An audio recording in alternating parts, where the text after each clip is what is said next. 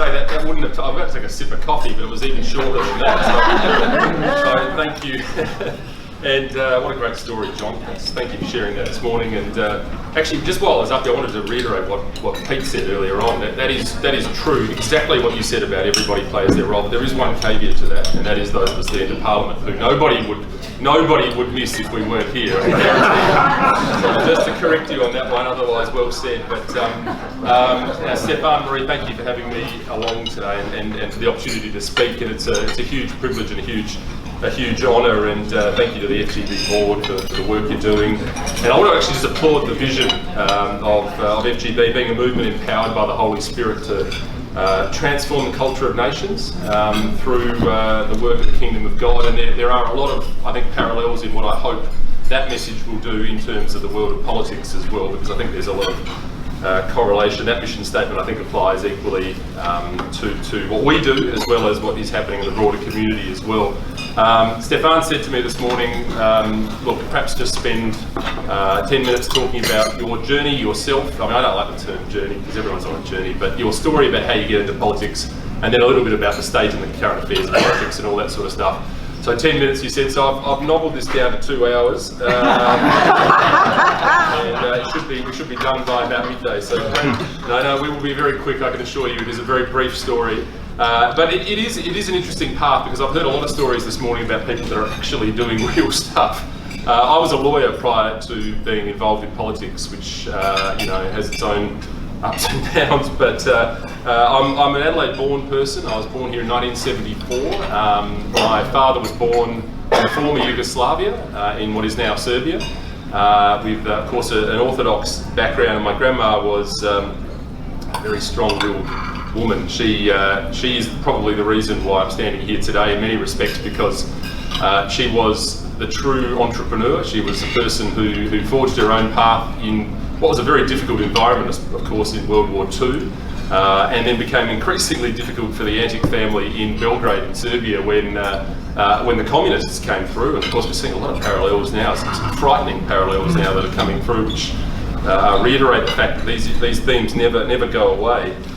Very sadly, but she clearly held a pretty thin disregard for the communists in Belgrade, and would repeat that, I think, at the dinner table to my father. She was a small business person, the family were, and she, I think, didn't appreciate how loose with the words my father would be when he went to school in the following weeks and days. He would repeat these things apparently ad nauseum to his school teachers, who of course were friendly to the Communist Party, and things, I think, got a little bit heated, and they ultimately, I think, needed to leave fairly quickly at one point in about 1952 or thereabouts, as the Communist Party were taking hold in Belgrade. So they left, they went to Paris, and they started a new business there. She learned the art of being, I think, what we would describe now as a beautician, probably. She started her own businesses here in Adelaide when they came here in 1957.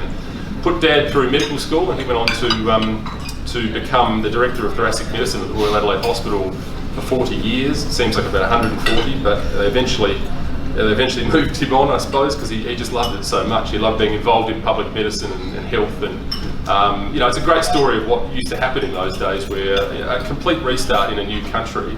And we end up with a new lineage. And he met my mum, who was a child of I suppose a widow. Her dad died when she was about 5 years old.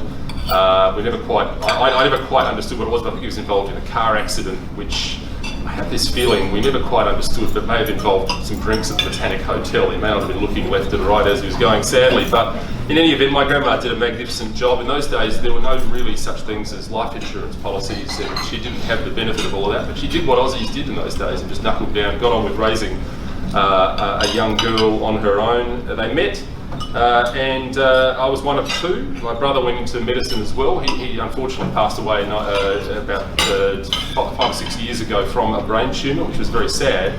But he leaves a beautiful family who are sort of part of our lives every day as well. And my path was through university, through studying history and politics, and then ultimately law, which was always framed in the background of the experiences that I've mentioned this morning. I think politics was always at a point of discussion, particularly with my grandma, who was vehemently indelibly marked with the things which are true to the party that I represent, the Liberal Party, which is the party of individual freedoms, small business and enterprise, and all of those things that I think a lot of people in the room here would be familiar with. So that path found its way out. I got involved in politics 10 years ago. I did 4 years on the Adelaide City Council, for which I'm still receiving therapy. It's an experience in itself, but therapy's going well and I'm forgetting about it. No, it was a very good experience in truth. It's a great inroad into politics, but it does show me how difficult it can be to get people involved in that process. And so I spent a lot of time with the party and ultimately stood the pre-selection in 2019, and I was fortunate enough to be elected in the 6th position of 6, and here we are today. So what I hope to bring to that role, though, is the constant reminder about the important things that we talk about. I'm going to talk about some of those this morning, the importance of reminding Australia and reminding politics about the Judeo-Christian principles that must remain true today, and the flame must be carried into Parliament by all of us who get there and who believe in those principles as I do. In terms of the journey with the faith journey, as I said, my grandmother was devoutly Serbian Orthodox. My father probably let that slide a little bit, but it wasn't an enormous feature of our growing up. For me, the penny really dropped a number of years ago through a trip to Israel, which was an absolutely genuine, and I know people talk about this all the time, but it was a genuinely life-changing experience for me. Something I think which highlighted and focused the truths that we all know are true in a very practical sense. In fact, there was a particular moment which I credit for becoming re-engaged with the Bible and with faith, which was a moment going under the city of David, which many of you will be familiar with the dig that's going on there. It's an incredible, fascinating archaeological piece. We were fortunate enough to have a really impressive guide who took us under, and for all intents and purposes, where we were standing looked like it had been built 10 minutes ago. It was the marble, the stone path down the hill, down from the city of David, which had effectively only been standing there for 70 years at the fall of Judea. And I was quite overwhelmed by it, I have to say, and I sat down on a plinth, and the guide said to me, "Do you know what you were sitting on?" And I didn't know. He'd explained that we were looking at shop fronts on the left and all this sort of stuff. And he said, "Well, we know these are shop fronts, and we know that they would have had thatched roofs, so they are all disappeared. The stonework's still here. But what you're sitting on, we believe, was the speaker's platform. And we know that Jesus walked the steps here. So by definition, we know that this having been a spot where he would have preached, you are almost certainly sitting on a spot that Jesus stood and preached." And it was like, I always describe it as being like the moment from the movie Lock, Stock and Two Smoking Barrels, where the world just kind of reverberated for a minute when you realise the gravity of what you've done. Because at this stage, we were so lucky to be there. It had only been a number of hundred people that had walked that spot since the fall of Judea. So a massive experience caused me to revisit where I was up to, and it caused me to consider what that is and what we can bring to politics along the way. I mean, our country is ultimately founded on Judeo-Christian principles. There are many out in our community that don't wish to revisit that, but that is the fact. And there are values which have served us well, but values, sadly, which I believe are under attack from various corners. It can be both frustrating and confusing, I think, for Australians who believe in our institutions and our values. And I believe that there is this public discourse now which wants to take us down the path of fringe issues many times during our period. And we're seeing now the events of Europe how being distracted by fringe issues can be a real problem. I believe it's sad that we are now living in a world where there are tragically few in public life who really have the courage and conviction to stand up for righteousness, to stand up for the things that we all believe in. And the march through the institutions has been so effective from these leftist forces that have gradually taken over our institutions to the point where there are influences in schools that none of us are happy with universities that none of us are happy with, and now even marching through corporations as the beneficiary of that march has now reached the corporate world. This long march through the institutions is really entering its next phase, and the media, Hollywood, television are really pushing an increasingly and sadly radical agenda. I think politics doesn't seem to be pushing back on it, so we have to fix that, and we have to make sure it does, because ultimately, as much as I lampoon the politics and politicians, it does control the world we are around. So when politics drifts from these values, the world around us drifts from these values as well. And I think really one of the issues that I have most concern with is the degree to which the centre-right of politics is just waving some of this stuff through. My side of politics needs to increasingly push back and make sure that we're promoting these values. And one roadblock to this, and one roadblock to I think people who share these values being involved, has historically been this misnomer of the separation of church and state. I hear it all the time. We commonly hear it as an objection wherever sometimes controversial policy clashes with convictions, and we've seen a number of examples of that in the legislative world over the last 12 months.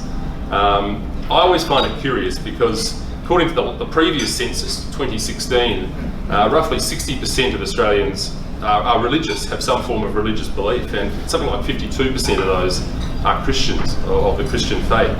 So it seems inexplicably inaccurate to say that Australia is genuinely a secular society. It's a blanket description, and it doesn't really reflect the true nature of where we are. And it is worth noting that the term separation of church and state doesn't actually appear anywhere in the Constitution. It's often said that it does, but it actually doesn't.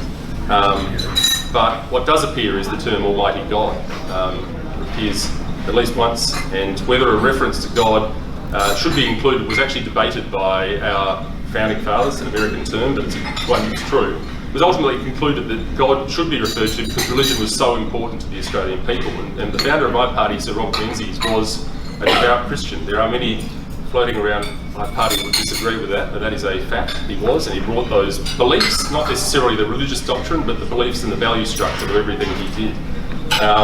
And when people refer to the separation of church and state in the Constitution, they're often referring to section 116, which is a commonly referred to one. And it actually, what it does is it refers to the principles that government may not create an established state church, like the Church of England, require that anyone practices a religion, which of course is important, prevent you from practicing your religion, or discriminate on the basis of religion. Of course, that's a contentious one now with some laws that are coming through federally as well.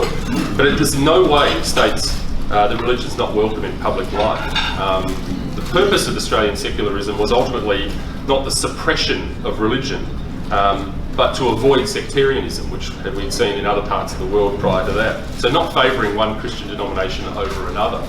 And whether or not contemporary Australians do derive their moral principles from Christianity. Perhaps it's now less obvious now than it is in previous generations, but I often think the West's turmoil in some of these issues, what is gender, those sorts of issues, are the fruits of spiritual erosion, I think, in many ways. And we cannot forget, but we have to remind ourselves that prior to the emergence of the church, in the ancient world, slavery and women's rights were stepped upon, deemed as inferior to men, and there was no concept of universal basic human rights. The notion that all people were equal simply doesn't tie over. It was the church that introduced these into the world. So in 2021, it's my strongly held view that the church and its followers have once again a massive task to reintroduce our principles and our values back into the world. We see that happening in countries like Hungary and Poland at the moment, who are pushing back in politics, and it's so important. These are, I think, critical features, but there are those in the community who do want to tear these institutions down. The issue which confronts us, I believe, is it's no longer enough for people who share these values to just sit on the sidelines. I think we have to now re-engage and become active participants in the political process, because we're seeing these fundamental values being chipped away at every day. We saw a heap of them in the last 12 months with some fairly egregious social policy reforms that have come through the Australian landscape, not just in South Australia, but all across the country. Late-term abortion bills, euthanasia bills, and other things which just don't stand the test, in my view. That's my view. So being involved in politics means you get an opportunity to pick the people that go to Parliament, to take your values to Parliament. It's so important. And by ensuring that we do that, we ensure that our values go to Parliament, and we ensure that legislation that comes out the other end of the pipe reflects our values. So I just want to leave that with people today to talk about George Orwell, I think it was, who once said that the further a society drifts from the truth, the more it is that will hate those that speak the truth. And we're at a period in time now, I think, where common sense and decency needs people like yourselves in the room, your family, your friends, to continue to speak that and to speak it into politics and be involved. I'm here, I suppose, to say thank you for letting me speak this morning, and just to remind people that real change in our community doesn't happen because we want it to happen. It happens for all the reasons that we've spoken about this morning. It happens when we get involved and we do the heavy lifting, and we are the ones that make it. So if you're serious about change in this room, I can really encourage you to be involved in the political process, and that means being involved in party politics, working together for change. In politics, we need more voices for righteousness, frankly. We need more voices that push back in the opposite direction. And what we need is people that want to be involved, people that want to be the parliamentarians, people that want to support those who want to do this work, because it can be bruising. Some of us enjoy it, but some of us enjoy it too much. But ultimately, we do need passionate people with some patience to reform where we're going. It's not going to happen by chance or because we wish it. Prayer is very important, but simply being involved, putting your hand up, and I can certainly speak to people about that later on, is critical, because we've got some battles ahead. The events of the last 24, 48 hours show that. We've got some really important things to focus on as a country and as a state. I want to thank you all for letting me speak, and thank you to Stefan and Marie for the opportunity. It's great fun, and it's great to be here with you, and thank you once again. Thank you. Just